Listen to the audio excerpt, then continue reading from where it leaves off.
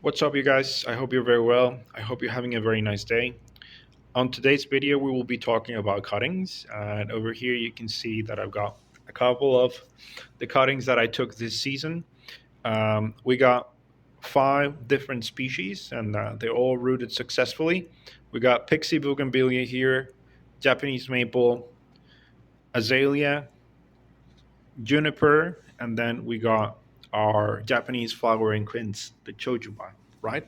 So taking cuttings and reproducing the plants, it's one of the things I really, really like, because if you're a plant lover like me, the more, the better, right? So today we're going to be talking about three or four things that you can do that you got to remember when you take them. Okay.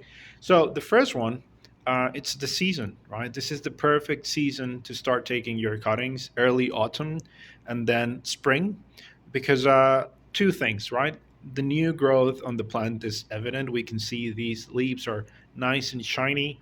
That means that the plant is active. Yeah. And if you take a little piece of it, it's going to have all the hormones, all that's necessary to produce roots and to start growing on its own. That's one of the reasons why autumn and spring is so good to take cuttings. And the other one is we get rainy days during those seasons, and water, humidity, it's very important too. Okay, for these, none of these had any sort of dome or protection. I've seen some people put like a plastic bag on top, or some other things, and I've done that in the past, but I've experienced um, negative results with those. What do I mean by that? The little cuttings, they rot. They rotted, and I didn't get as much success using some plastic bag or covering or whatever. I just used the right soil, the right season, and I think that was it. Yeah. So the first thing, it's easy, right? Take them during the right season, spring or early autumn. That's perfect. And if you have a couple of rainy days where you live, that's also perfect, because remember, water humidity is a big factor on whether these continue growing or not. Okay, so let's continue with number two. And for number two, we're going to see an example of a plant. But basically, number two is take the perfect cutting. Yeah. So what do I mean by that?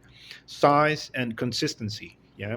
So if we take this little guy, for example, and we zoom in a little bit, you will see that this little guy, even though it's kind of green still, well, that's one of the characteristics of the Japanese maple. But you can see that it's still green, it's still tender, but at the same time, it's starting to form its own little bark, right? Let's do another one over here with the Pixie Bougainvillea. Same thing, right? Let's zoom in a little bit, and you can see that it, again, right? It's still green, but it's starting to form its little bark, right? That's the perfect stage. So a couple of inches and the right consistency. For this one, for example, we can see that the little roots are coming out of a styrofoam cup. I use these little styrofoam cups because they are super, super cheap and you can reutilize them. So, use whatever you got on hand. Um, Before we continue, let's take a look at a practical example. Yeah, we're going to go outside, and I'm going to show you if I were to take a new cutting today, what I would do, what I would aim for when it comes to consistency and the length of it. So here we go.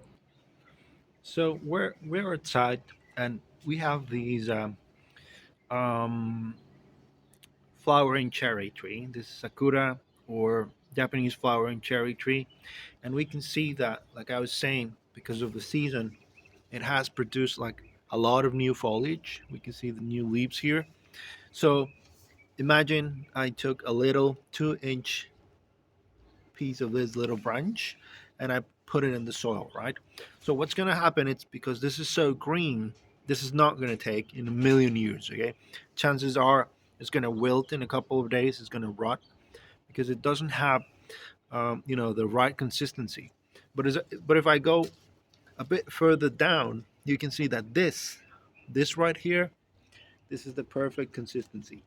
It's still tender, it's still green, but it already has its little bark, right? So if I were to take like a couple of inches, 3, 4 inches of this little guy, it would root, no problem. It would be much more likely for this to root than if you take cuttings from this part of the tree. Yeah, from this section of the tree. So, yeah, this is a very good example. And this is a little guy I will be working on in other videos. So stay tuned. Let's see another one. So we got these little tiger bark ficus here. This is one of the three ficus trees that I started working as bonsai. And again, you can see this. Let me put it somewhere. 1 second. Oh, there, it focused. So this right here, what you see in the middle of the screen, that's the perfect consistency. Still tender, yeah, but with its own little bark now. If I were to take cuttings there, that'd be perfect. But if I go further up the tree, you can see that these little branches here, they're not the right consistency because they're still green, they're still super tender. So that wouldn't be okay. Okay, that wouldn't work. So you can see that the consistency matters, and it's very important when you take cuttings. A bonus tip is location. Once you take them, put them in a bright but shaded spot over there. You can see that the sun, it's noon over here, so if I were to put them there, they would be scorched in a minute. But I keep them here, so this is a bright spot, but still they get the shade, right? This is a little colander of cuttings too. And you can see that over here we've also been successful taking the cuttings of this Chinese elm, right? Chinese elm, this one, for example, this one and this one. So consistency is very important too. Sorry, consistency and location.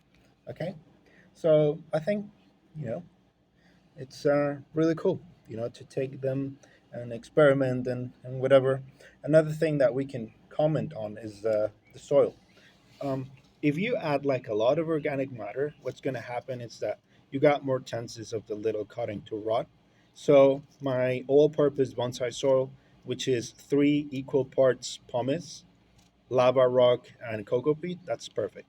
Not a lot of organic matter. That's perfect for cuttings. Yeah. So let's go back inside and talk about one last thing, or a couple of things that I'm going to tell you about this. A couple more, and then we'll call it a day. Okay. So here we go. So here we are, and one last thing that I gotta tell you about this is something that we're gonna use this little azaleas for. Well, as examples for this. Yeah.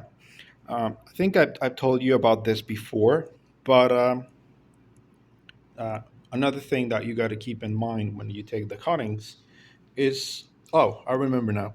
I used a bald cypress in other videos to tell you about this, but really this applies to everything. And it's when you're taking cuttings, you cut the little branch and then you put it in the soil, right? So what I told you about, or what I told you when I did the short on taking Montezuma cypress cuttings is try to be as fast as possible when it comes to putting it in the soil. This is something that I watched being very important. This is something that I experienced as being super important with azaleas. So over here we got these two azaleas. These are white. This one on the right, it's already fixing to produce a new little flower. But the main idea here is um, make sure that you take the cutting and immediately you put it in the soil. Yeah. Sometimes you can't do this because you want to reproduce a plant that it's not your own. Maybe you're out in nature and you can't do it right there and then. But if you do this as fast as possible, I think you got more chances of the little cutting taking.